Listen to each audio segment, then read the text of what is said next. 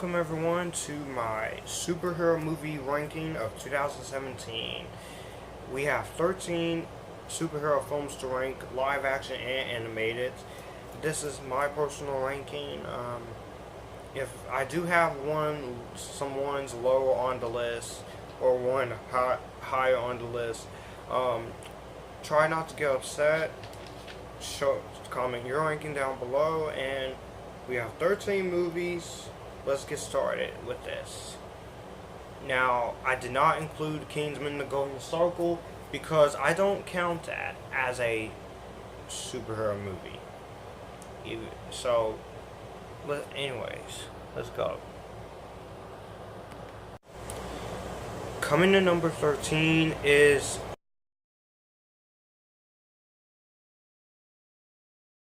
Thor Ragnarok.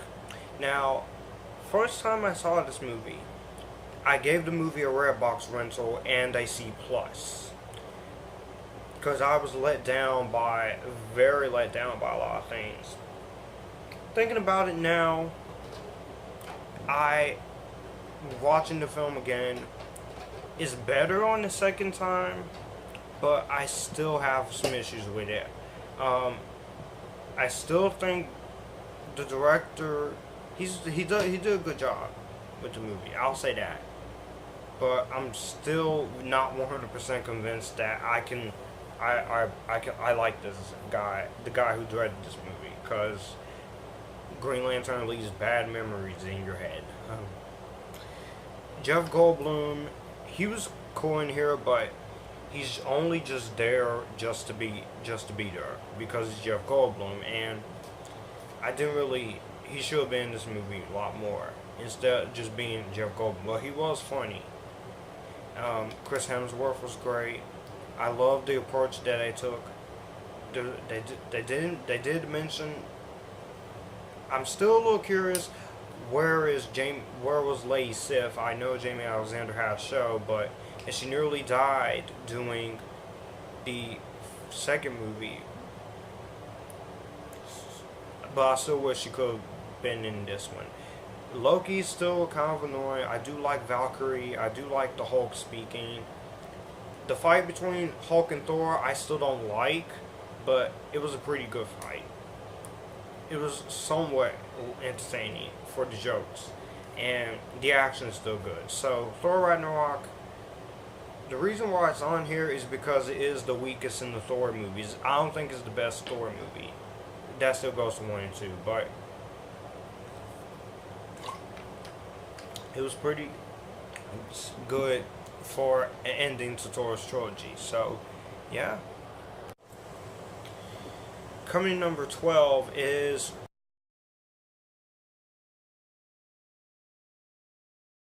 Justice League Dark. This is a DC animated movie, and I really enjoyed it.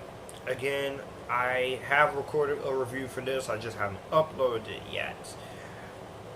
The reason why this is low here at number 12 is because again, the movie could have went on for at least a little more, and there was one thing I didn't really care about in Justice League Dark, but I still like the movie. Batman, Constantine, and the other Justice League Dark members, they were cool. I like the story, I like the action, and for this being the first R-rated DC animated film, I mean second, because the first one was Batman the Killing Joke, I thought it was pretty good. Voice acting was great, the direction was solid, I think everything is just fine in here. So, not much more to say on Justice League Dark than that. If you want to see me talk about Justice League Dark, you're gonna have to wait till I upload the review of it. Coming to number 11, we have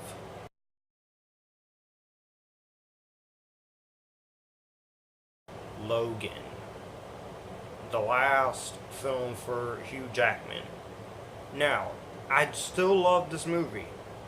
However, putting this in the superhero movie ranking was tough because there was so many other superhero films I really enjoyed this year, and Logan I still like, but there's more problems I had. You could have put some darn subtitles in for the Spanish stuff. I didn't really care for the villain in here, and I still go by the fact that this movie is a little too brutal, but I appreciate the fact that they went R-rated route for Hugh Jackman's last one. Sure, we did not get him wearing the classic yellow suit, but I didn't need to see that. I just needed to see a good end to Hugh Jackman's 17-year-long run as Wolverine, and it's been an honor seeing Hugh Jackman as his character. And he went out with a bang, not a whimper. So Logan is number 11 because I enjoyed how much that they took a risk with this movie. So yeah, that's my number 11. At number 10 we have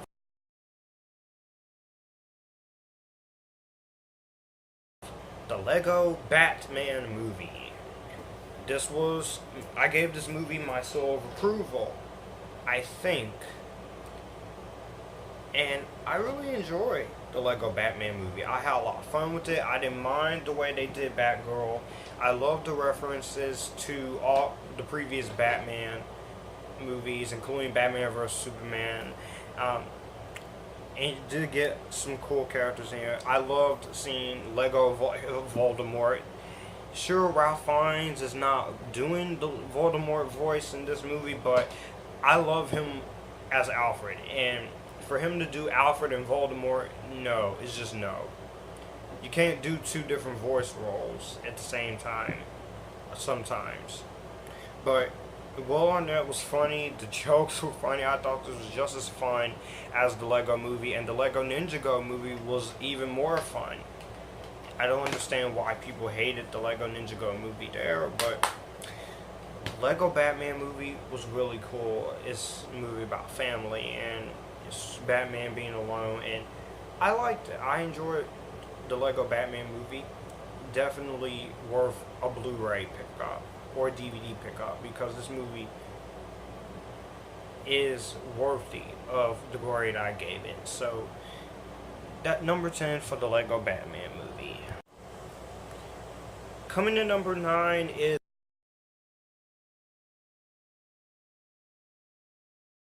Batman vs. Two-Face, or should I say the final film for Adam West. May he rest in peace. I did not like the original Batman movie from 1966. I hated it, but this was pretty good to see Adam West go out in style, and I'm gonna miss seeing the character of Mayor West on Family Guy. But we work with what we have, and life goes on. And Adam West, in his final performance as Batman, I couldn't have asked for a better way to end his long career. And William Shatner was really great as Two-Face. It was a pretty cool animated film. I really enjoyed it, and this movie is just really good. I will talk about more in this movie soon, because I'm still in the middle of 2017 catch up. Coming to number 8 is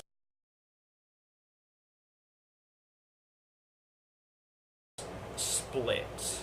Yes. Now I know what you're about to say. Joshua, you put this on your horror movies ranking. I know.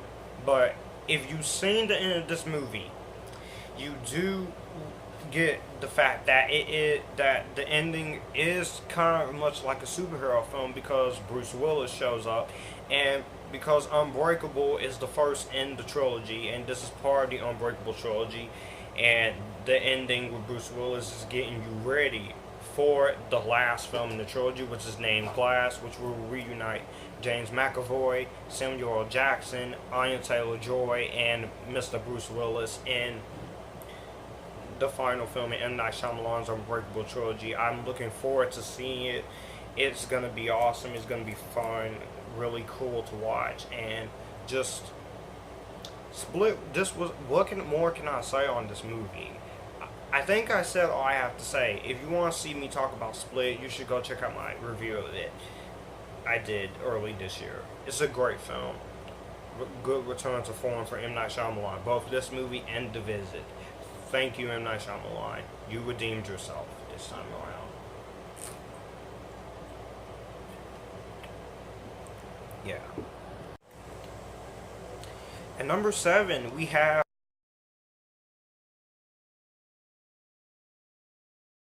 Teen Titans, The Judas Contract. Now, this was really, really cool. You got Teen Titans and The Judas Contract idea. This is a cool story to adapt into an animated film, and I like seeing Teen Titans again. Well, not all of them, but they're pretty cool. This was the last film for Miguel Ferrer as he died this year. May he rest in peace. And the voice acting was great, the action was good. Only problem I had was that, again, just like Justice League Dark, I wish this movie could have been a little bit longer, but it's a good animated film, good times. You don't need any kind of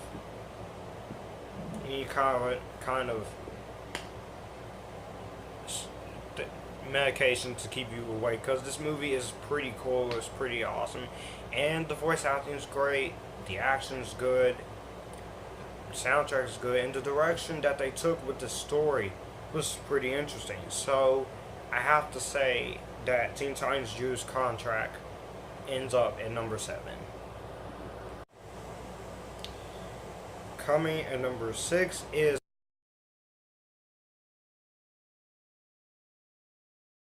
Batman and Harley Quinn. Now, I know people was giving this a lot of crap. I enjoyed the movie. I did have a problem with the voice of Harley Quinn, and it's because it's not the regular voice. It's one of the actresses from The Big Bang Theory voicing Harley Quinn. But it was cool seeing Batman and Harley Quinn team up. It was cool to see Harley Quinn wear the Jester suit, her signature suit. I would like to see that in live action in the future DCU movie, whether it's Suicide Squad 2 or Gotham City Sirens. But yeah, or the Harley and Joker movie that I've been hearing they're gonna do. You don't have to try to announce all of these movies, Warner Bros. Just stay focused on the ones you're doing. Hey, I would like to see the ones that you actually plan on doing. Justice League Dark live action. I want to see Gotham City Sirens, of course, Poison Ivy. Possibly Olivia Wilde should play Catwoman, or Isa Gonzalez. I don't know, but mainly I think Olivia Wilde would be great for a Catwoman. But Batman and Harley Quinn, this was a pretty good one. Pretty entertaining animated film. I know a lot of people don't like it, but I did. So, yeah. At number 5 is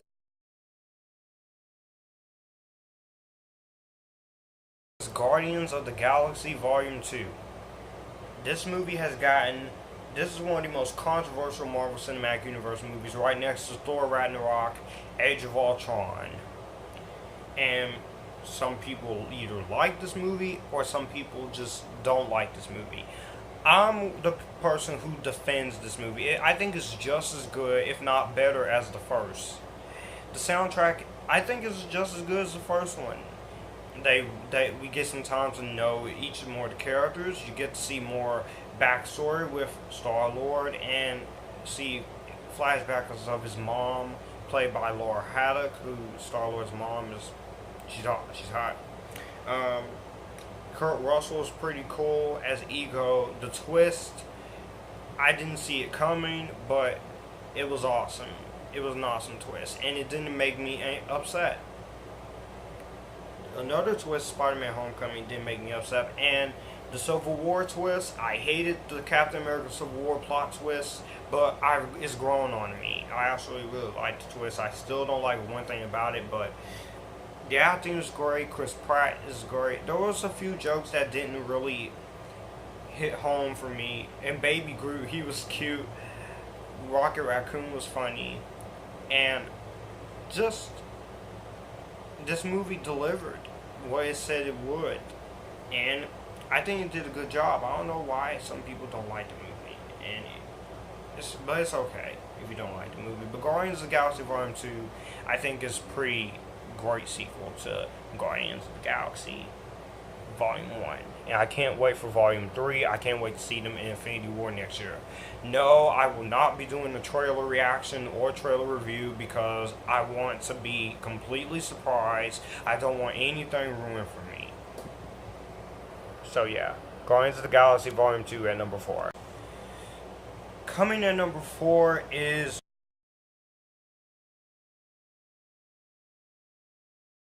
Justice League. That's right, you heard me correctly. Justice League. This was my 5th most anticipated movie of 2017, and I know this movie has been getting a lot of backlash lately because Joss Whedon, Zack Snyder. It's not Zack Snyder's fault. It's not Joss Whedon's fault. It's not even DC's fault. This is more of Warner Bros. Fault because I know a lot of people, the biggest thing they complain with is that this movie is not as long as they wanted it to be. I don't mind the 2-hour runtime, people. I don't mind it. I think the movie's doing...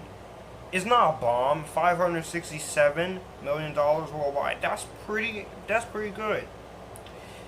And yes, there are some things that they had to remove because of the whole runtime thing, but I think the 2-hour runtime works. It's at least making its money back. $567 million. People has been polarized with the tone of the movie. I think a lighter tone was exactly what this movie needed, and DC is proving that they're going in the right direction. And I do like the 2 post-credit scenes. I do love the 2 post-credit scenes. The one with the Flash, Superman. It reminds you of the cartoon, but it also reminds you of the time Supergirl and the Flash did the little chase on Supergirl World's Finest. The acting in this one was really great from everyone. I love seeing the new characters. And this is the DC version of the Avengers, and I know people were pretty disappointed that it wasn't long, but I didn't mind. It wasn't 2.5 hours. I did read all the deleted scenes that they cut. 15 out of the 16 deleted scenes that they took out of the movie sounds good. They should put those back in, especially the black suit thing in an extended version or Zack Snyder's cut to be released on DVD or Blu-ray. But the one deleted scene I do not want to see is Batman trying to kill himself. I'm a Batman guy, and just no, we don't need to see that. This is a lighter tone Justice League movie. You really think people are going to sit through a movie with Batman trying to kill himself? Now, the other deleted scenes would be fine. Darkseid would be cool to see in the extended version, and I'm looking forward to an extended version if they do confirm one. So you should go ahead and confirm it, Warner Brothers. So yeah.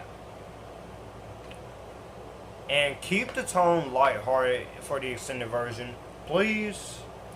And Danny Elfman's score, I really do like. I don't care how many people hate the score.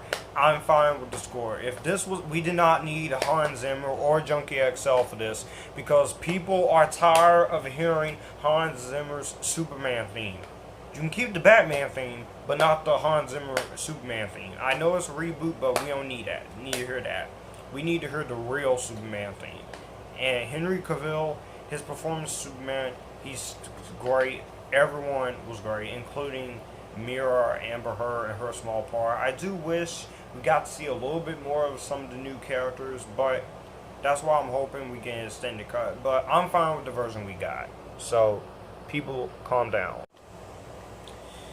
Coming in number 3 is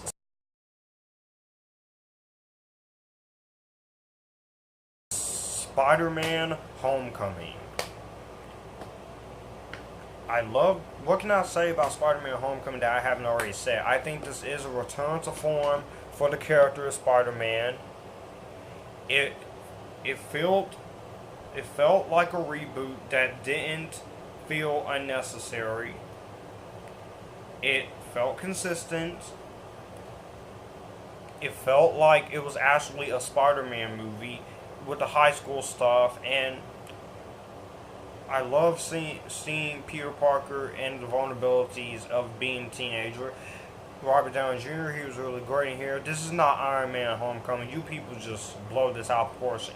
People say it's mediocre, it's disappointing. I don't think so.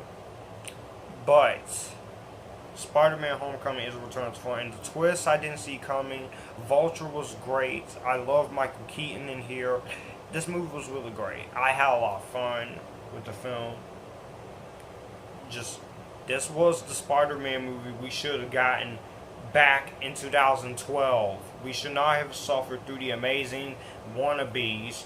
The Amazing been there and done that, man, with Andrew Garfield, because he is the worst Spider-Man. But I don't hate the guy as an actor. I just didn't like him as Spider-Man. So I'm sorry if people like him, but no. But Tom Holland and Tobey Maguire are the best Spider-Mans. So, yeah. You guys are going to be cool, and we're going to be fine. So, yeah.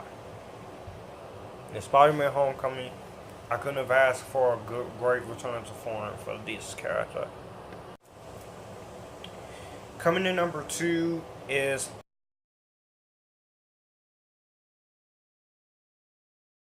Saban's Power Rangers 2017. I know a lot of people didn't like this movie.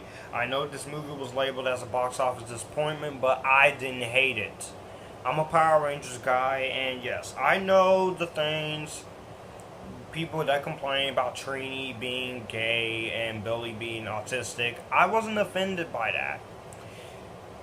Only problem, however, is that I feel like Rita Repulsa was a little bit too goofy, but that's the point. She was supposed to be that way. Alpha 5 was really cool. I loved the cast. They were very good.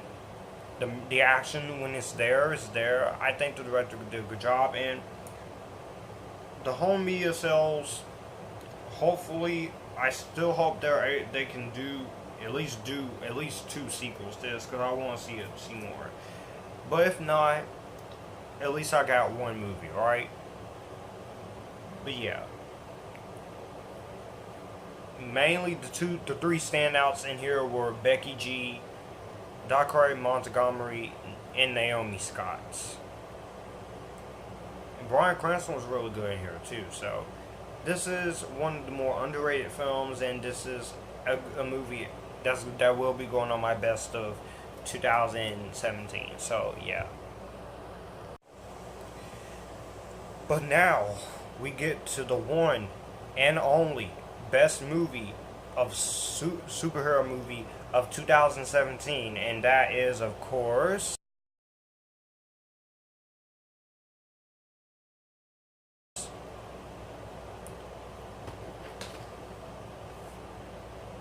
Wonder Woman. Yes, I love this movie. I'm very happy to have this movie on DVD. I agree, this is one of the best DC movies ever. It's one of the best superhero movies of all time to me. I think this is a really great film. It deserved all the box office acclaim and the stuff it got.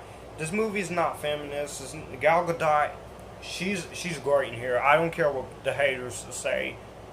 Chris Pine was great. I love Robin Wright in here. I love Connie Nielsen here. The final battle, yeah, it is a lot of CGI, but I love the final battle of this movie with RS and Wonder Woman. The score is really great. They do play the Wonder Woman theme her origin, it got straight to the point. 2 hours and 21 minutes. I did not feel nothing. And Gal Gadot's pretty hot in the costume. So I like Gal Gadot ever since I first watched Fast 5 back in 2011, which was, like I said, my introduction to the Fast and Furious franchise. And I think she's really great here as Wonder Woman Diana Prince. And I'm looking forward to seeing the sequel. I'm looking forward to seeing more of all the DCU characters, as well as some ones we ain't seen yet. Green Lantern, Supergirl, Martian Manhunter. Yeah, I'm looking forward to seeing more of this, of the DCU. So, yeah. Oh well, you people hate on Justice League. What are you gonna do? You can't stop the DCEU from doing this job. We got Aquaman next year, and we're getting more DCU movies. DC is taking the criticism that their movies are too dark, and they're deciding to lighten up. So if you people have a problem with a lighter tone, they're not copying Marvel. They didn't have a whole lot of time to do this. Be after the Dark Knight trilogy. So at least be thankful for the movies we got. So that was my superhero movie ranking of 2017. I hope you guys enjoyed it. How would you rank all the superhero movies from your favorite to your least favorite? Which one do you think is underrated? Which one do you think is overrated? Which one surprised you? Which one disappointed you? Which one do you love more? Which one you hate the most? And I will see you guys in another video. And if you like this, you can come here and we can have a good time.